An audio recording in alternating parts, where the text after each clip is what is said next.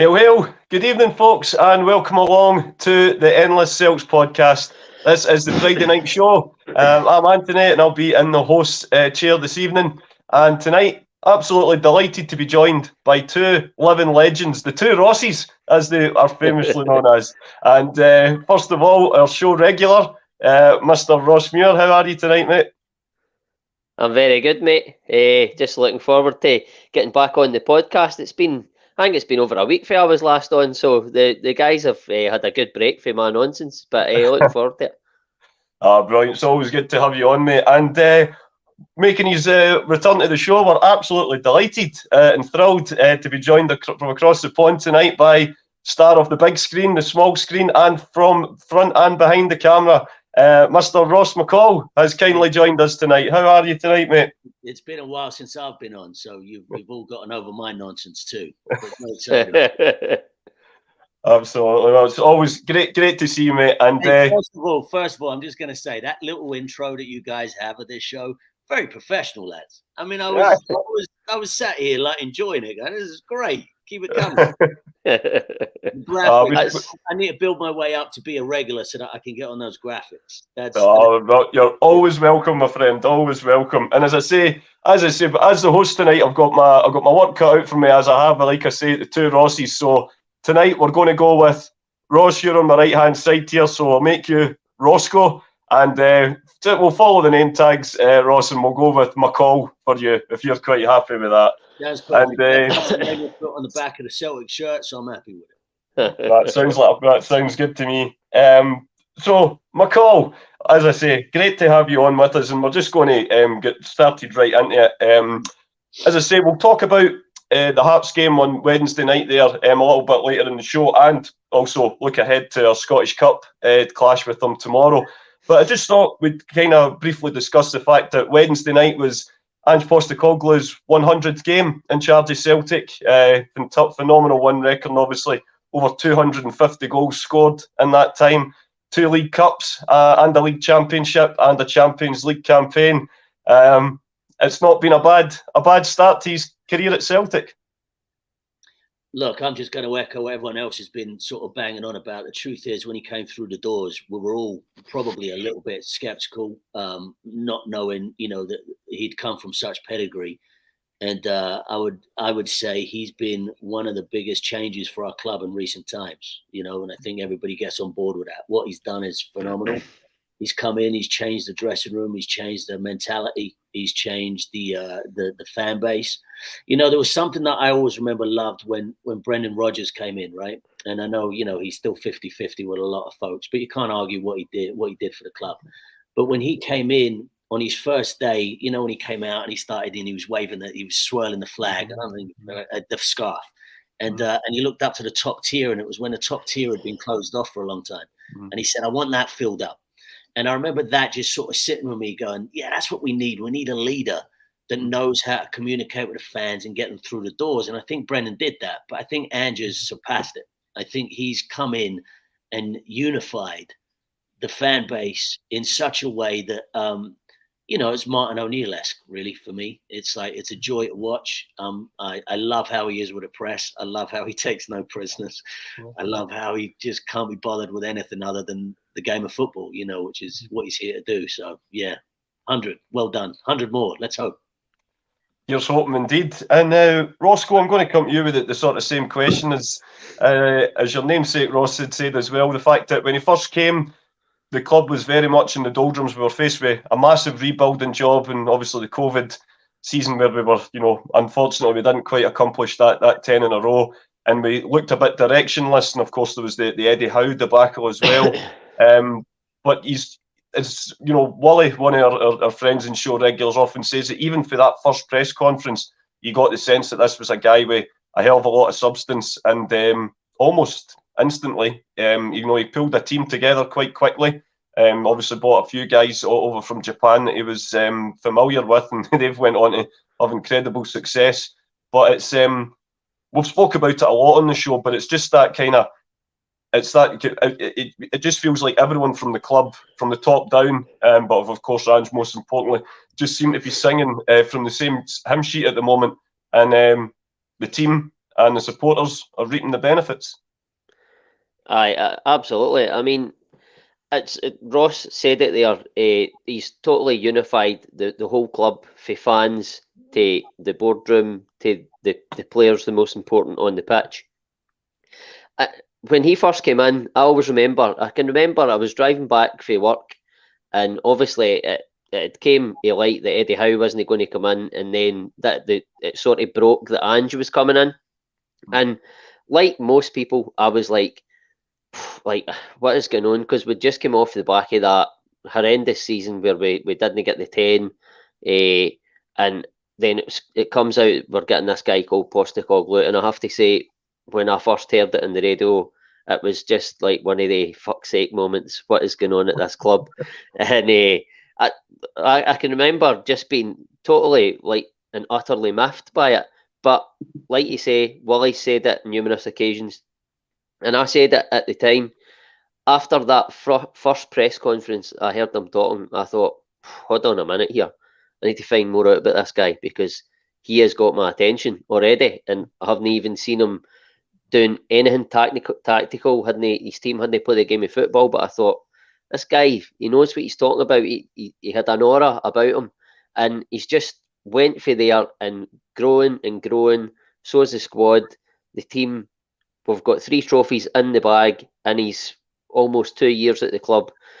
And that moment in the van when it broke that he was being linked to us, I could never have thought that we'd be where we are now, talking about him in the way we are.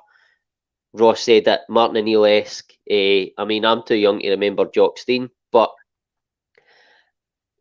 he's got shades of that. Obviously, Jock Stein's got quotes that are on the wall in the halls of Parkhead, in the corridors of Parkhead.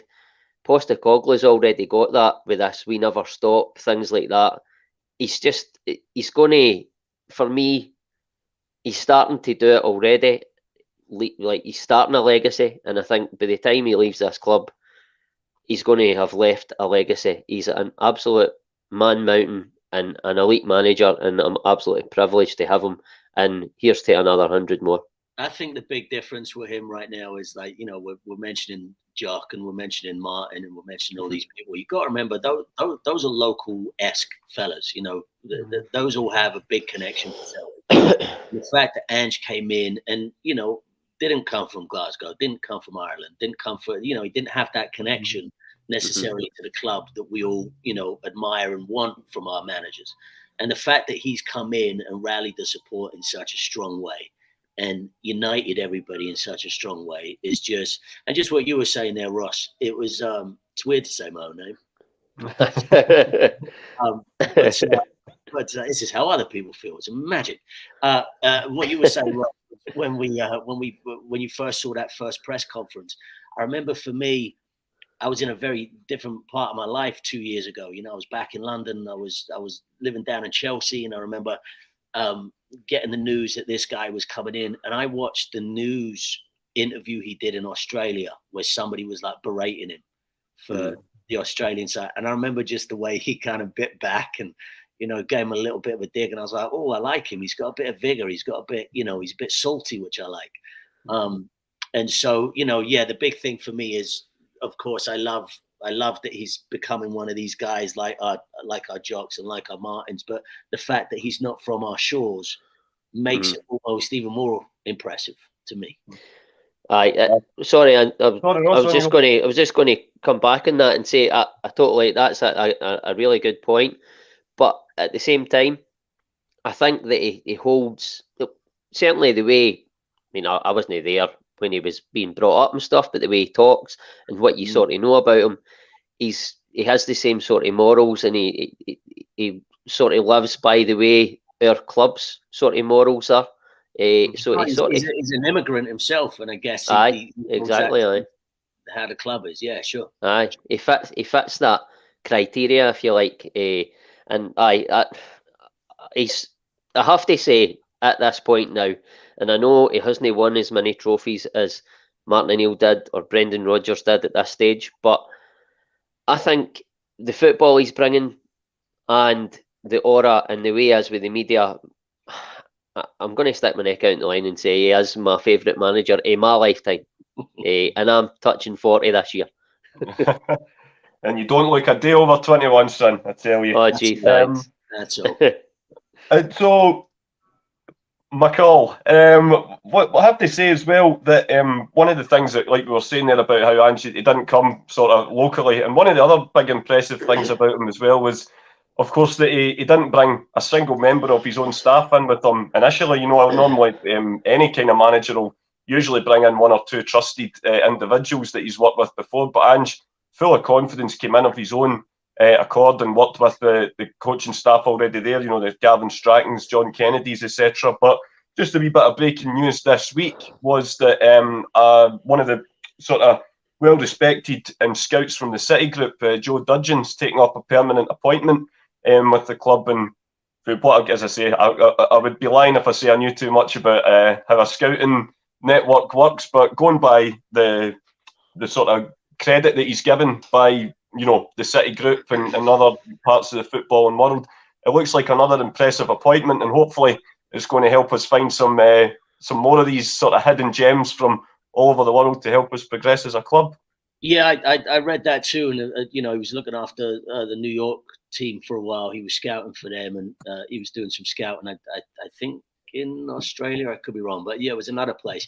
I'm the same. Look, I don't know how the scouting network runs, but for me, at first, I've got to admit, when I heard that Andrew was coming in and he wasn't bringing any staff, there was a little bit of hold back for me, going, is this the club like not being adventurous enough? You know, are we just accepting the fact that we're, you know, and so I was probably a little ignorant with that and a little pessimistic, to be honest, at the beginning, going, well, why can't he bring someone?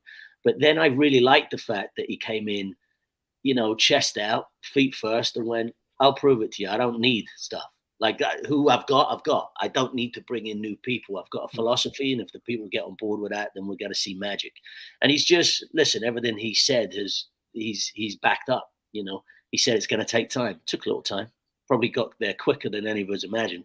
But you know, he said it will take a bit of time. It's going to take time to bed our folks in. We're going to get some early signings, and then that started happening, which was just like, you know, a miracle to all of us fans, because usually we're waiting until the last week of, you know, of any transfer window to get something solid, you know. And the fact that he gets all the transfers in early, gets them settled, gets them in the door. I can only imagine any other staff member he brings in, whether it's coaching or whether it's scouting, are going to be, you know, up to snuff. You know, and again, even when he brought in Aaron Moy, you know, I think there was a few hecklers kind of going, what are you doing? You know, and he's been a revelation. Like every single person he's brought in through the door has actually ticked the box and brought us, you know, a better result. So in Ange we trust, right? Absolutely, my friend. And Roscoe, same to yourself. It was obviously actually you that put it in the group chat. It kind of avoided my detection about the appointment of Joe Dudgeon. But as we say, it's just another sort of building block. And you know, Ange, as we said, has had a vision. You know, he wants to mould the club into his sort of in his kind of own way. And we have to give credit to, you know, we criticise often enough. So we always, as we say, we always have to give credit as well where it's due. You know, the likes of Michael Nicholson, etc., have backed and supported Ange, and this is another appointment that will hopefully, you know, do well for us going forward. Aye, well, I mean, when he first came in, obviously, like Ross has alluded to there, he came in and he didn't bring anybody with him, but he did say that he would come in and he would gauge it as he went, and that's what he's done. He stayed true to his word. He's gauged it. He's been quite happy with John Kennedy, Gavin Strachan. He then put McManus and O'Day in charge of the reserve team, and just every so often he's just dotted guys in gradually. Harry Kewell, who by all accounts has been a revelation, certainly working with the wingers and stuff like that. And then this guy's just another one. He touched on Michael Nicholson there, sort of backing him. I think when a new manager does come in, they're obliged to back him straight away anyway, because he has to get his own men in. But he's brought guys in, and you're talking maybe, I don't know, 90%, 95% of the guys he's brought in have hit the ground running and worked really well. And in that, it gives him credit in the bank. He goes to the, like say, Michael Nicholson, the board, etc., and asks for money to get these guys, and they have to back him again because, and you say back him, they sold players and they used that money, obviously, before and when he came in. So they have backed him to an extent, but then at the same time, the guys he's bringing in, he's getting them at a snap, these quality players, and whatever you can say, I'm the one for jumping on the board all the time, but the board are, if they see a bargain there, do you know what I mean, kind of thing, they're going to back him. Listen, if we can get a guy that you're saying that guy's this good, and we can get him for that, then by all means, they want to get the best players for as cheap as they can. That's how any business works. That's how most top businessmen would want to work. But again, you do have to credit them as well, because in the windows since, they have backed them, and right now everybody in the club is pulling, and the fans and this, they're all pulling in the one direction, and that is only good for the club. And it's all because it started with Ange, and it's just everybody has got on board with him because he's just a likeable guy, and they've all got on board with him, and that is why everything is working how you would want. Celtic are acting like a big club right now. That's what you want, because they are a big club. Absolutely, they've got that sort of swagger back, as you say. But yeah, as we said, 100 not out, and here's to 100 more at least, Ange. But Roscoe, I'm coming straight back to you, because obviously game 100 was on Wednesday night there at home to Hearts in the Premier League. Didn't get off to the best of starts. We went a goal behind quite early doors. But I was going to sort of make this point to you and see what you thought of it. It felt very much to me like the league game at the tail end of last season, when we were sort of just about over the line, but not quite there, when we went behind a goal quite early on. Maeda actually got the equaliser that day, and then just as the game went on, we managed to sort of assert our dominance. It just sort of being there, it kind of had that sort of same kind of feel for me. But after the initial hiccup, you're pretty pleased how the team played? Aye, well, like you say, that for me, the first half hour was as poor as we've been all season. And as much as we've credited Ange there, I feel sometimes, I'm not a better, I don't know football better than Ange. Let's get that straight first, right? But he's made a couple of changes in that game, and I think for the first half hour we struggled. I think he's brought in Ralston, who hasn't played a lot of football recently, Bernabai, who are still, for me, massive question marks over. But in their defence, they get brought in there, but he also took Hatate out of the team, and for me, that took away that mobility and dig in the middle of the park, and it was allowing Hearts to sort of overrun us in the midfield, which was then in turn exposing two guys at fullback who hadn't played a lot of football. And I think that was evident in Hearts' first goal, where Ralston got exposed a wee bit, but he also sold himself because he tried to nick the ball and then realised he wasn't going to get there, and he was just chasing his tail after that. And obviously it was a great ball in for Halliday, and actually a really good goal by Hearts, you have to credit them. But like you say, after that half hour, you sort of, they never really settled that first half, but they got the equaliser, and after that they sort of settled and got into their way of playing. It wasn't again free flowing like the game against St Mirren previously, but in the end, Celtic's quality shone through, and it has done and will do for the remainder of the season for me. I think even when we're not at our best, we're going to at some point in every game click into gear, and when we do, there's no a team in the land can live with them. Well, can't really argue anything you've said there, mate. That's always hitting it on the spot as always. And Mr. McCall, did you manage to catch the game yourself? Did you anywhere showing it? And Happy with the result, of course. Yeah, I mean, look, I catch every game. It'll either be at home, on Celtic TV, or it's Paramount Plus now as well. So, I've got a plethora of choices. So, and I'm also known for being on set. And if I have a break during the time the games are on, I sneak off and watch it, so I get the games. Yeah, I mean, I agree with what Ross was saying. I mean, I felt I'm in a great space with Celtic now, especially in a league, where I go. Something Ange said early on. He said, "People will score against us. We'll just score more." And so, and I love that mentality that he has. Which we were all a bit worried about to begin with, because we were conceding a lot of goals when he was first doing Ange ball. This push forward, and we were conceding a lot. But now it does seem that the defense is solidified, and they're together, and they really do pull off a lot of clean sheets. So when it was a cracking goal by Hearts, I mean, it was a great goal. You look back at it and you go, maybe we could have defended it slightly better. Ralston, yeah, he's been off for a while, but I have faith in him, and I think that's my thing with whoever he puts in the team now. I actually have a bit of faith in. I sort of disagree with Bernabei right now. I thought he was tasty on Wednesday. I thought he was skillful. I thought he was, I thought he sort of was trying to show, hey, I can play as well. I know what you're saying. I mean, we trust Taylor way more right now, but he doesn't fear me. It used to be 2-3 seasons ago, there were certain defenders we would put on, and I'd be like, oh God, this is, I just wouldn't have the trust. And now I sort of do. I go, it doesn't really matter which way he marks it. I've got faith in the players that he's picking.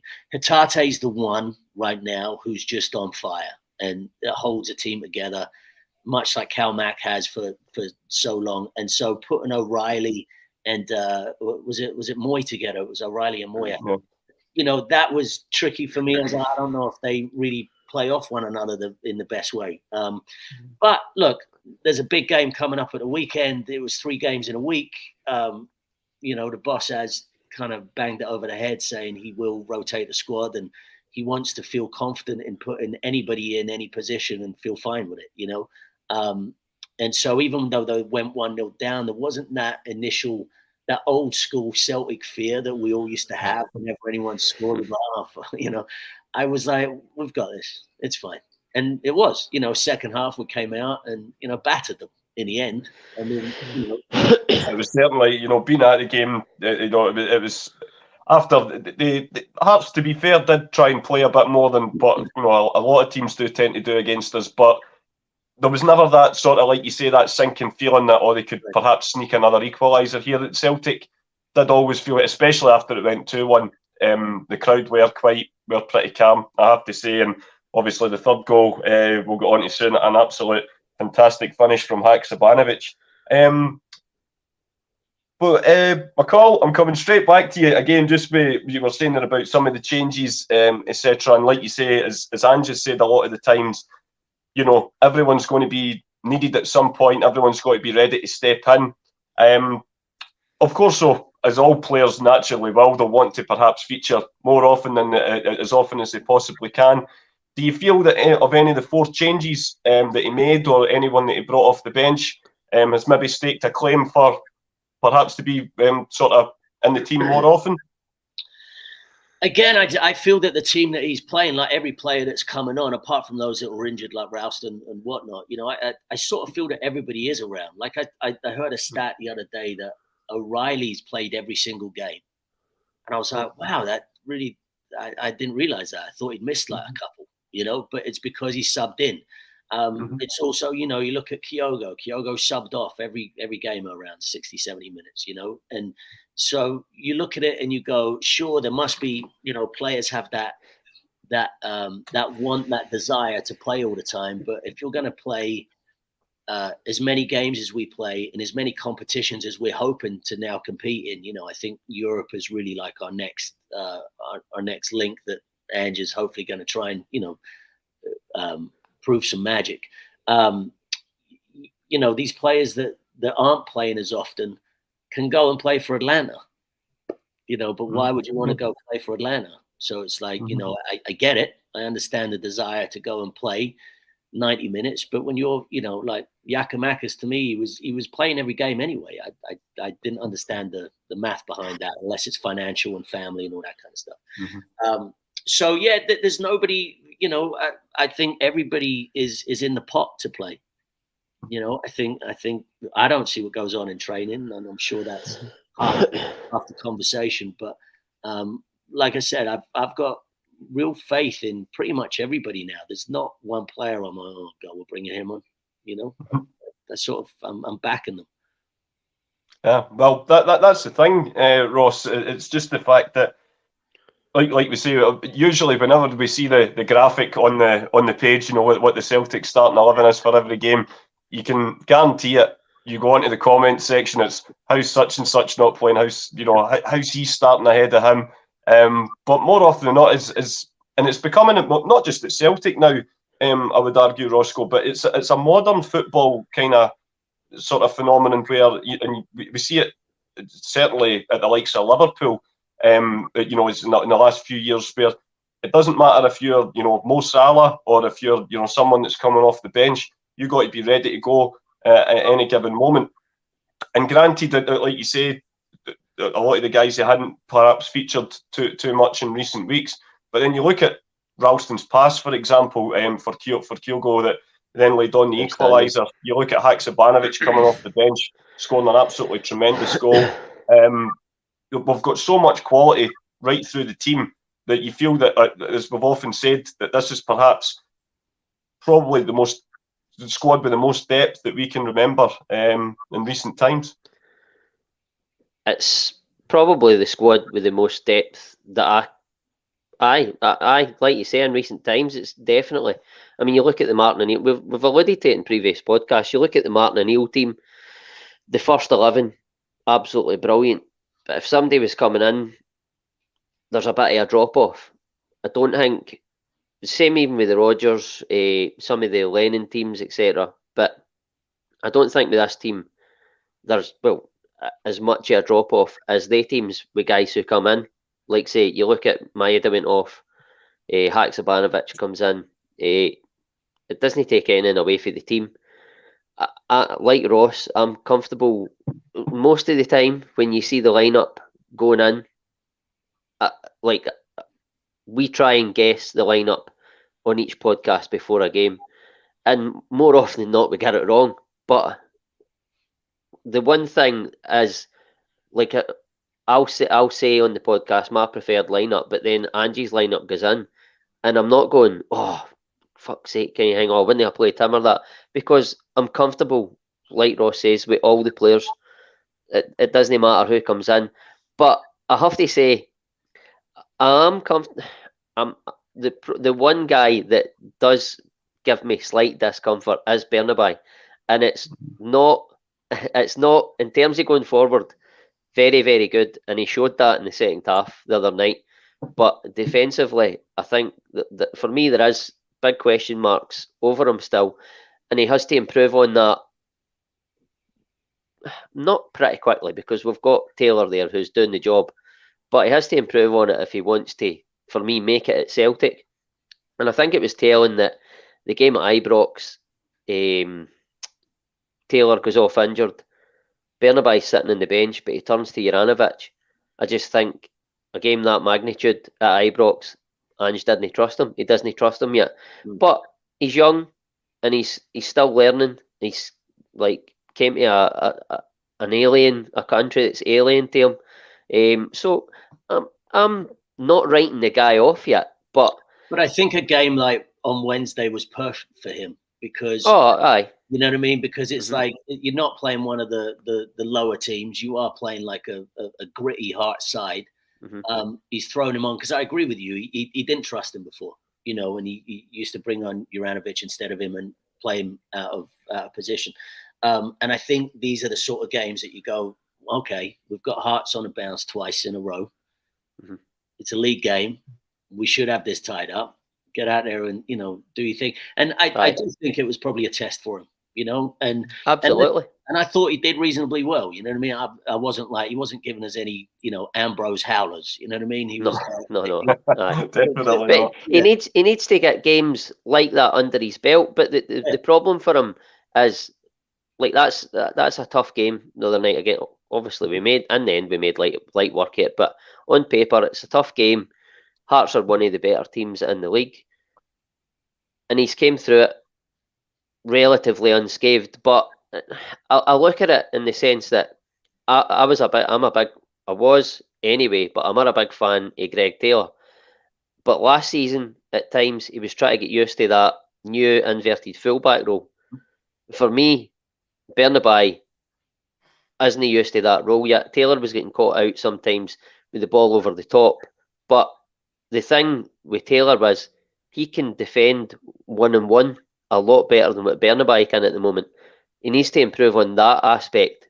And it's tougher for him. He's finding it tougher for me defensively than what Taylor did, trying to get used to that inverted fullback, because he doesn't do the 1-on-1 defending as well as what Taylor did. But he's certainly got more pace than Taylor. He probably brings as much at the moment going forward.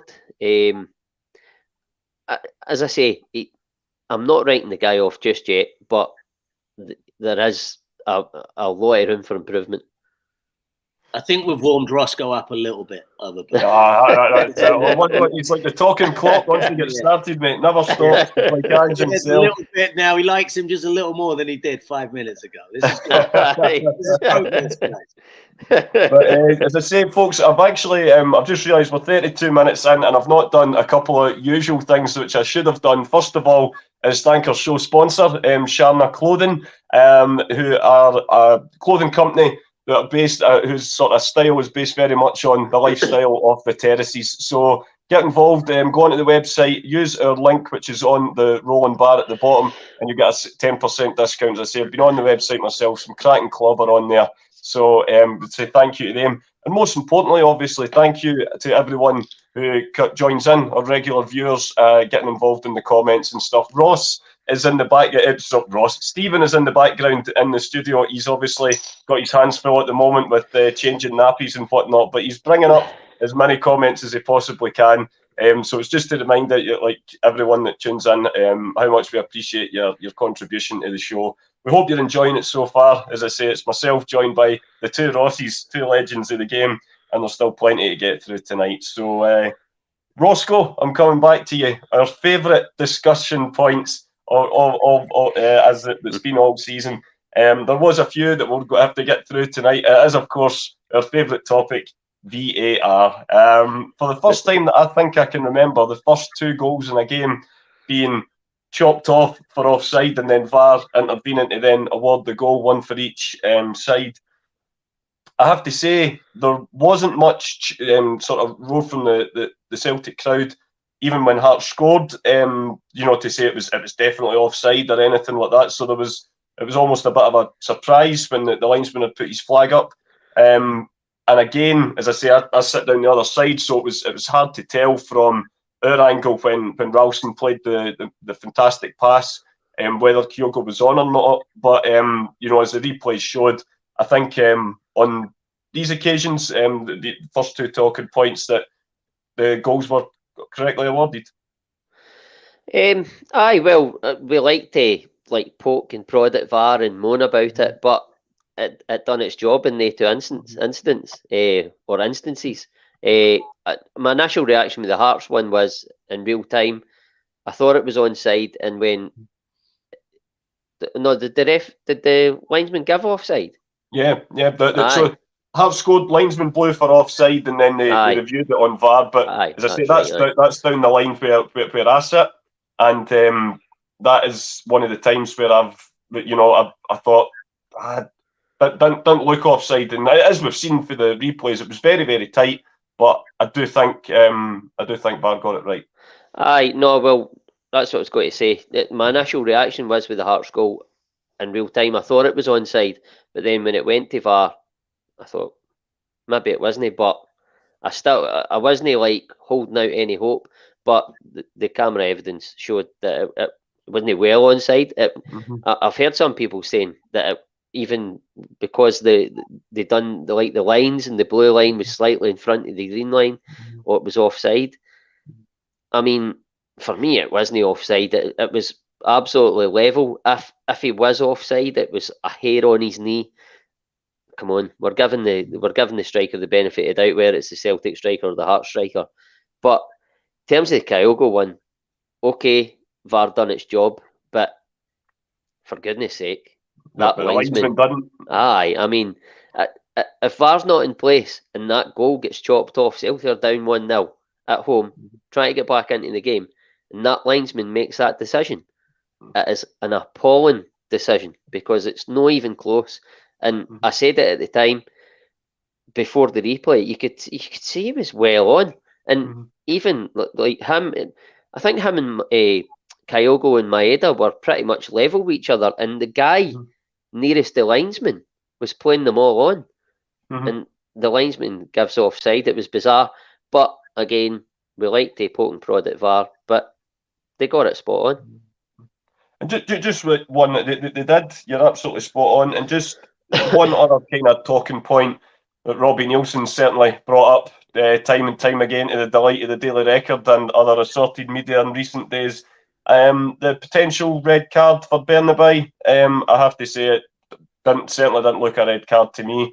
I think obviously he left his leg out, but that's not, for me, it certainly didn't look a red card. And if it had been given, I think Celtic would have had very much a lot of ground to appeal. Was that to me? That was for you, yeah. I was going all three decisions for you, then getting Mr. McCall's thoughts on it. Sorry, what decision was that again? I was reading that comment. I mean, come on. I was reading that comment. I got distracted.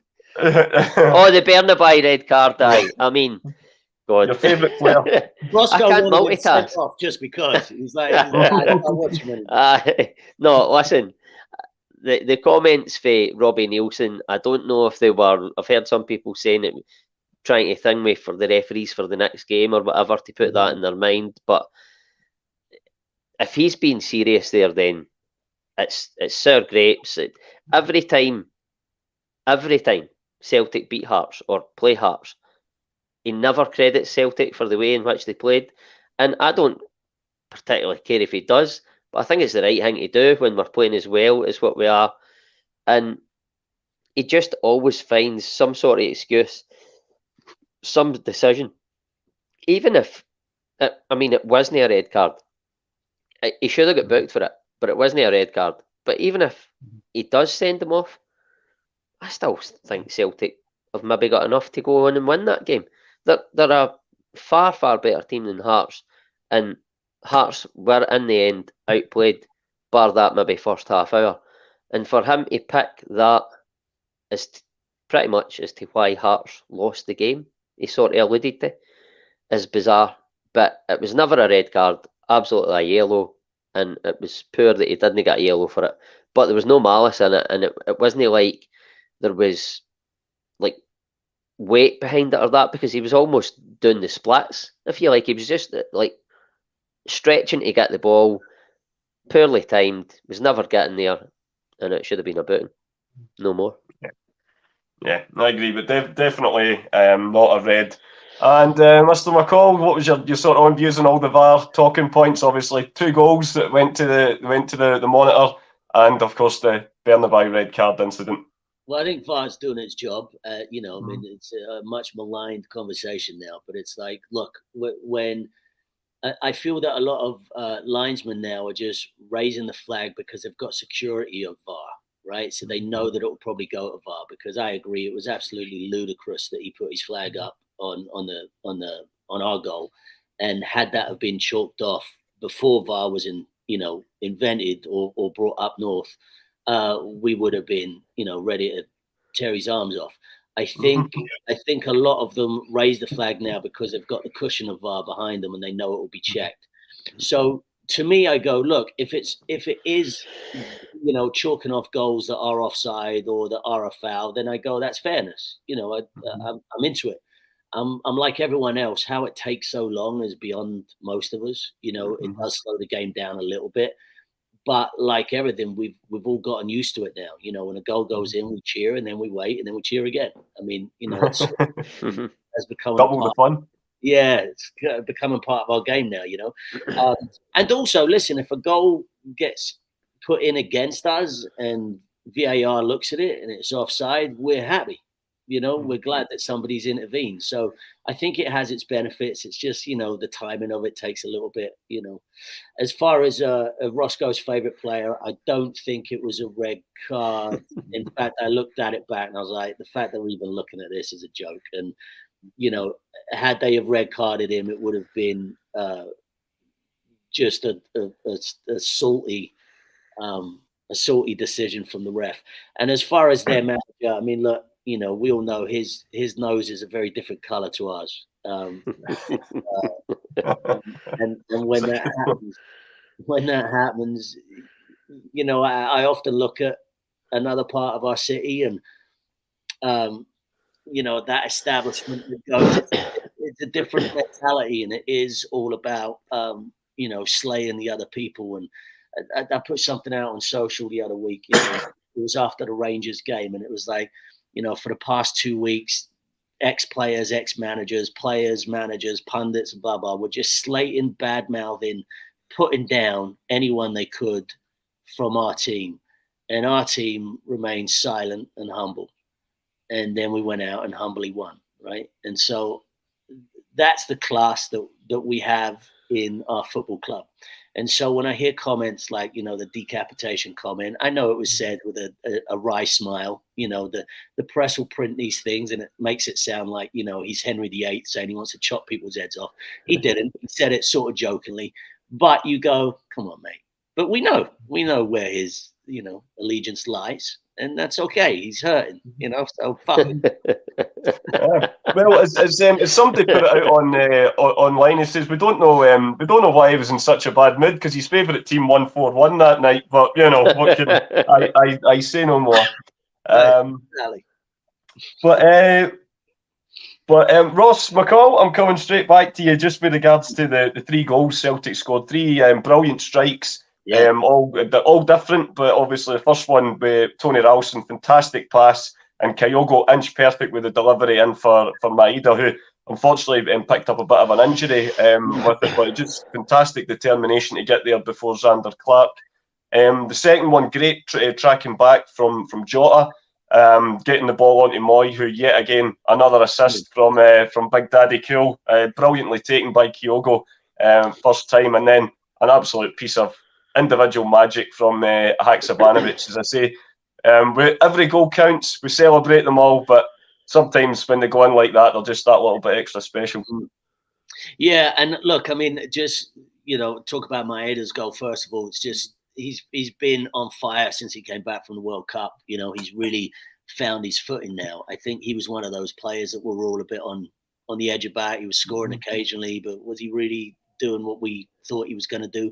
And I think he's proven that now. You know, he seems like a very subtle player. I mean, he's fast as lightning. The boy never stops running. You know, I think he runs home after every game. He's immense.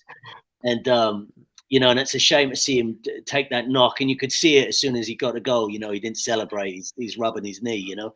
And I've seen the pictures of him on crutches and stuff. But, I mean, that could just be precautionary, I'm sure.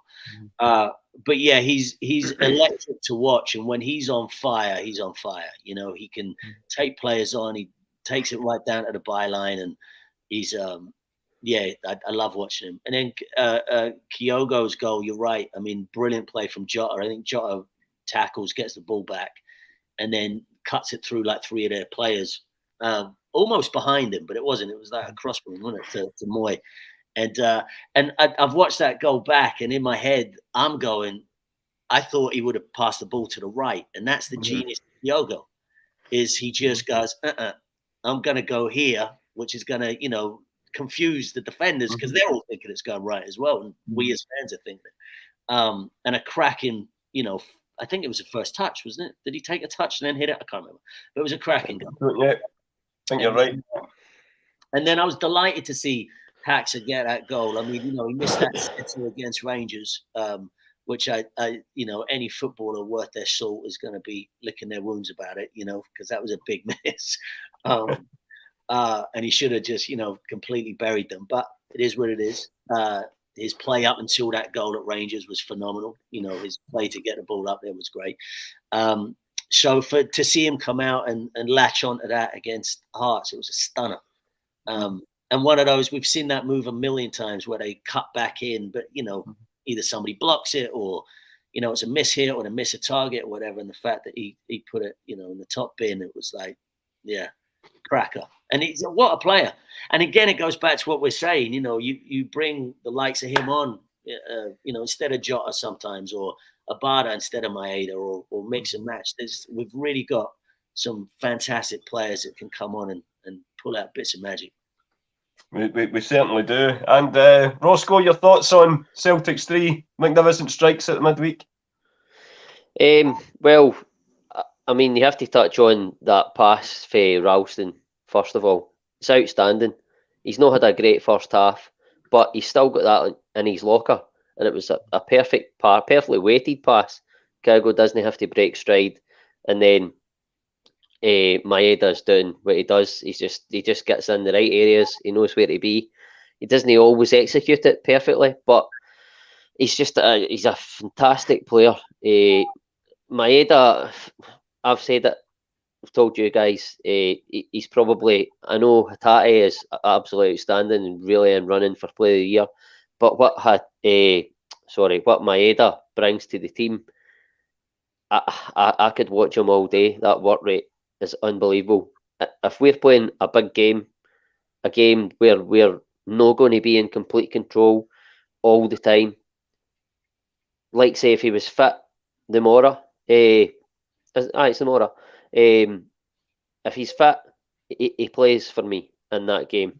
The cup final, if he's fit, he plays. We're going to Ibrox. Maeda's fit, he plays. He has to, because his work rate is phenomenal, and what that work rate, what it brings to the team, and it allows your Jotas, your Kyogos, your Hatatis to go and do what they do and do the technical stuff on the ball. But if he isn't going to be fit, I would really like to see Haksabanovic getting a crack at the whip with the Mora and getting a start, because I think we've got, obviously, Maeda does the work rate. We've got Abada, who's very direct. We've got Jota, who does all the he's got the tricks and flicks.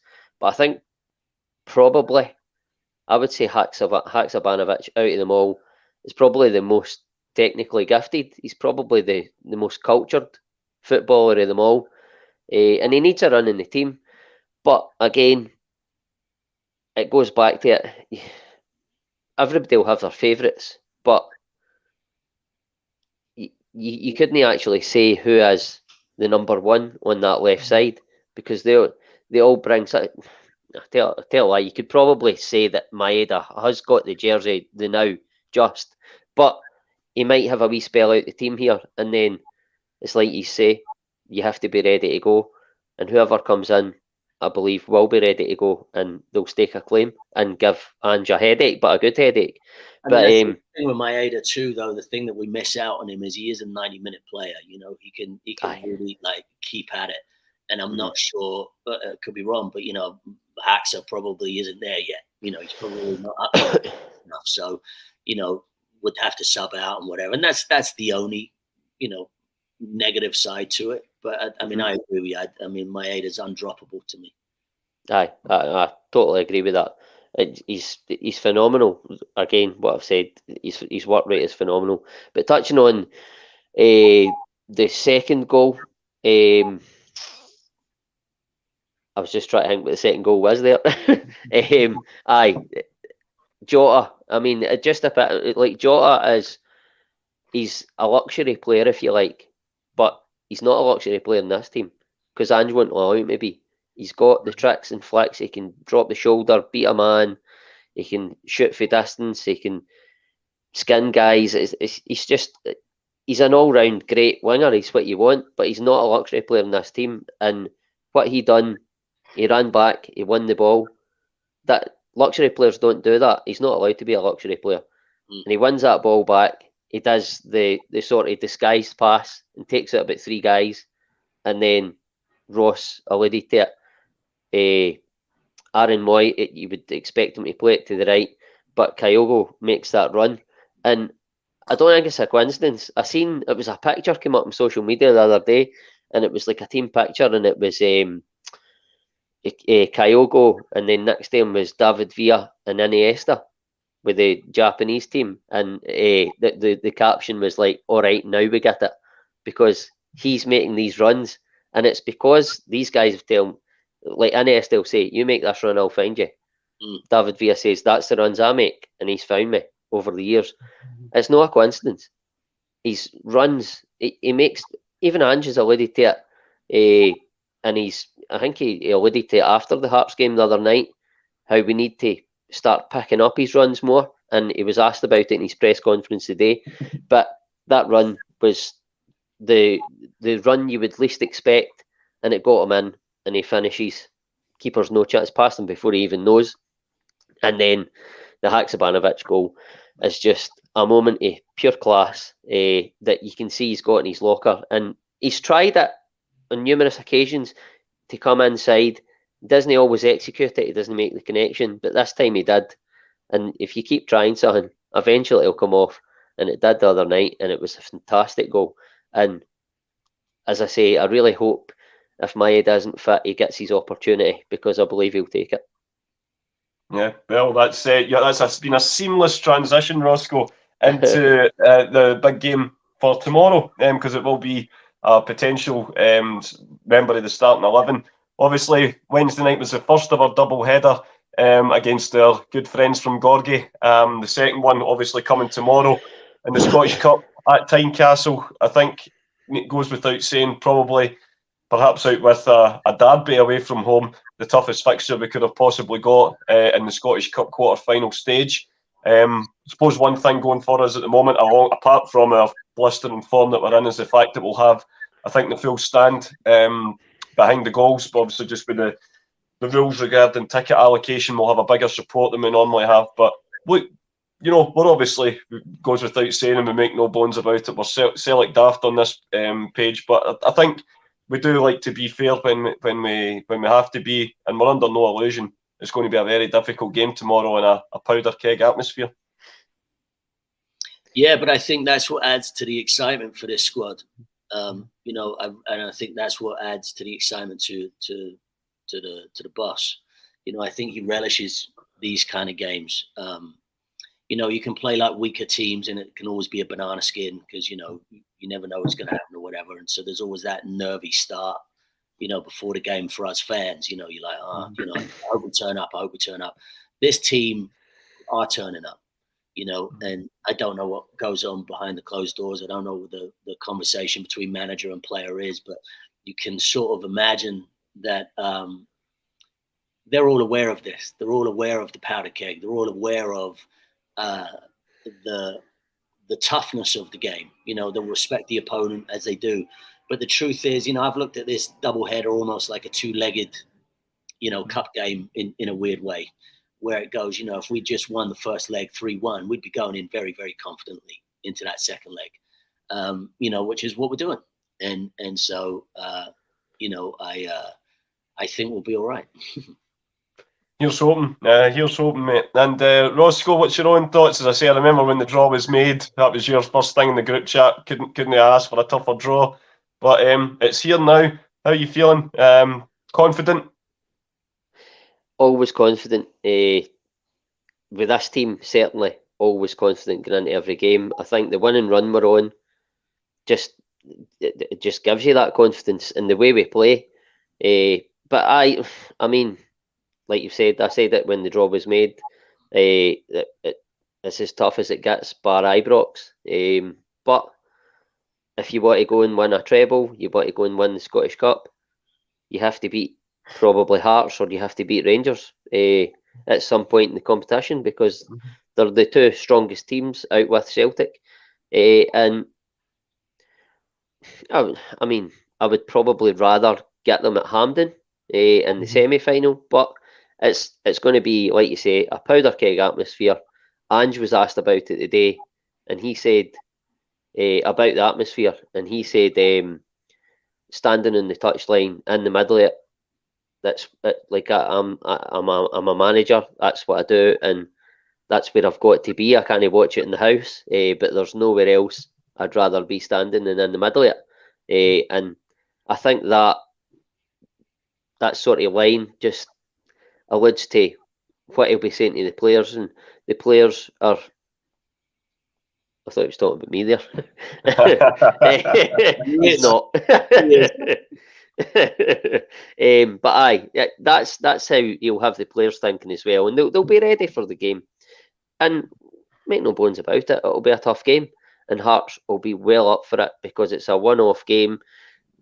It's not like you have. I don't think Hearts will be cagey. I think they'll come out the blocks dead fast, really try and take the game to Celtic. But it's all right having that plan, but it's this Celtic team you're trying to take the game to. And once you get that wee slap in the face, it's like a boxer going into the boxing ring. Like they've all got a plan to get punched in the face. Yeah. Unfortunately, we don't know if we're going to see Tyson Fury be Usyk anytime soon. But what can you do, Roscoe? So, Roscoe, mate, I'm putting you on the spot. If you were Ange, give me your starting 11 and your scoreline prediction. Right, well, before I give you the starting 11, I'm sure I might be wrong, correct me. Somebody even in the comments, correct me if I'm wrong, but I'm sure Ange said today that Maeda hadn't trained the day, but he was going to gauge the Mora and he was maybe 50-50. I might have picked that up wrong because the Wayne was doing stuff in the background. It was all happening, but that's what I took for it. But we'll go with Maeda isn't fit just now, so I'll go Hart and goals. Back four picks itself. Bernabei. No, I'm joking. Taylor, Starfelt, CCV, Alistair Johnston, McGregor, Hatate, and I'm going to go with Moy. Murray a goal threat. He's just probably a richer vein of form than O'Reilly now. And he's got that bit more physicality, I would say. And then my front three would obviously be Kyogo, and I would go with, I don't think I've made any secret of it, Haksabanovic on the left and Jota on the right. That's my team. I have to say that's the team I would pick. And what about yourself, Ross? If you were the man in charge tomorrow, who would you trust to get us into the semi-final draw? I'd be the exact same with the defensive line, with the midfield and the forwards. The only one that I would say, and it would be my choice. I'm saying it could be a choice. Is I think he might do Abada. He might do Abada instead of Hadley. Yeah. And just because he does like to start him, but I'd be happy with either. I'll go back to my original thing. I won't be disappointed if it's one or the other. So, and if you were a betting man, what would your scoreline prediction be? I'm not going to do a scoreline prediction. I got him. Fair enough. What I will say is I fucking love Tynecastle. So they are, man. It's gritty. It's like they're in our face. We don't care. And, especially now that you've said that we've got a crowd behind us as well, we've got the allocation of the tickets. I mean, we can literally turn that place upside down tomorrow if we do. Yeah. It's a great stadium. There's no getting away from it. As I say, like the crowd that, been there a few times myself, you're right on in the action. It's very compact, but it makes for a terrific atmosphere. And as I say, like you say, with a massive support behind the goals, hopefully we'll be making plenty of the noise tomorrow. What time's kick-off tomorrow? 12:15. 12:15, yep. So I'm getting up. So it's an early one. I'm getting up at 4 a.m. tomorrow, lads. No, that's dedication for you. What about yourself, Roscoe? If you had any cash in the pocket, what would you pick for scoreline? I would go. I think Hearts will be well up for it, but again, I think Celtic will bring in your Hatates and stuff, as I've said. I think we'll win 4-1. 4-1? Oh, big shot. I would take that any day of the week, mate. By the way, there was a comment, Stephen, I think it's Stephen that's in the comments, he brought it up. It was Brown Warrior had he had a question. I never got to read it, but I think he was asking Ross a question. Oh yeah, well, I would like to know what Ross thought of Xander's antics after taking Maeda out. Well, that was for the first goal. Oh, when he was diving around as well. Mm-hmm. Yeah. I mean, Xander's the same. Look, I respect professional footballers. I respect them all, right? But there's certain ones that just have a thing in them where they just want to prolong time wasting. They want to, I don't know. It's the same as Alan McGregor kicking out a Kyogo after he scored, and you know what I mean. It's like it happens, and I don't like it, but it just makes sense that that's where it's coming from. So it doesn't surprise me. That's my thought. Yeah, absolutely. And Mark Kearney, one of our other friends of the show, is saying, "Great show. Thanks very much, mate, and good luck with your guys' show tonight. I'm sure it'll be great. Starting, I think it's just about starting now, actually, I think. 9 o'clock for the Boise bus. But that kind of wraps up proceedings for tonight, guys. Mr. McCall, I want to thank you again for giving up your time to join us again. It's always great having you on. We just thought we'd give you this little bit of time. Obviously, a lot of people in the comments very familiar with all your your body of work that you've done over the years, but we're just wondering if there was anything else in the pipeline soon that fans of or that us fans could look forward to. Yeah, sure. I mean, I've still got Violent Man is still out in the UK, I think. Where if you haven't seen it, check it out and tell us what you think. We got a lot of heat with that. Like New York Times listed it as their top 5 films to stream last year, which is crazy for a film of Craig Fairbrass.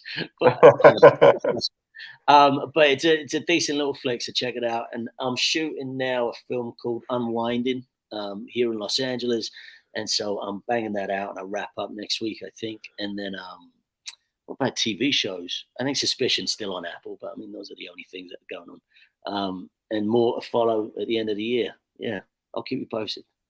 Watch this space. Well, we never know. We might have you back on plugging it again, mate, when that time comes. So, Roscoe, your namesake's filming Hollywood films. What are you up to tomorrow? Finishing a wee bit of woodwork in a woman's bedroom. Nice. Like it. I like watching parts of that sentence, by the way.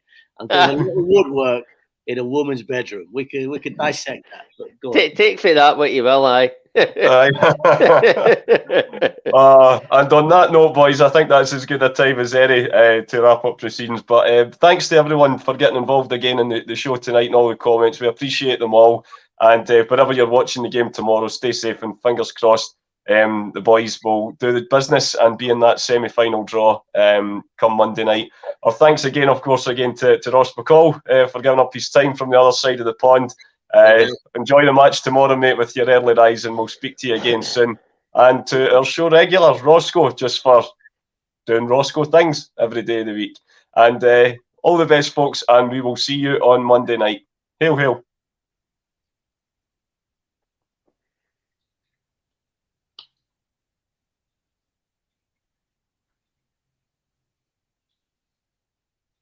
We're still on.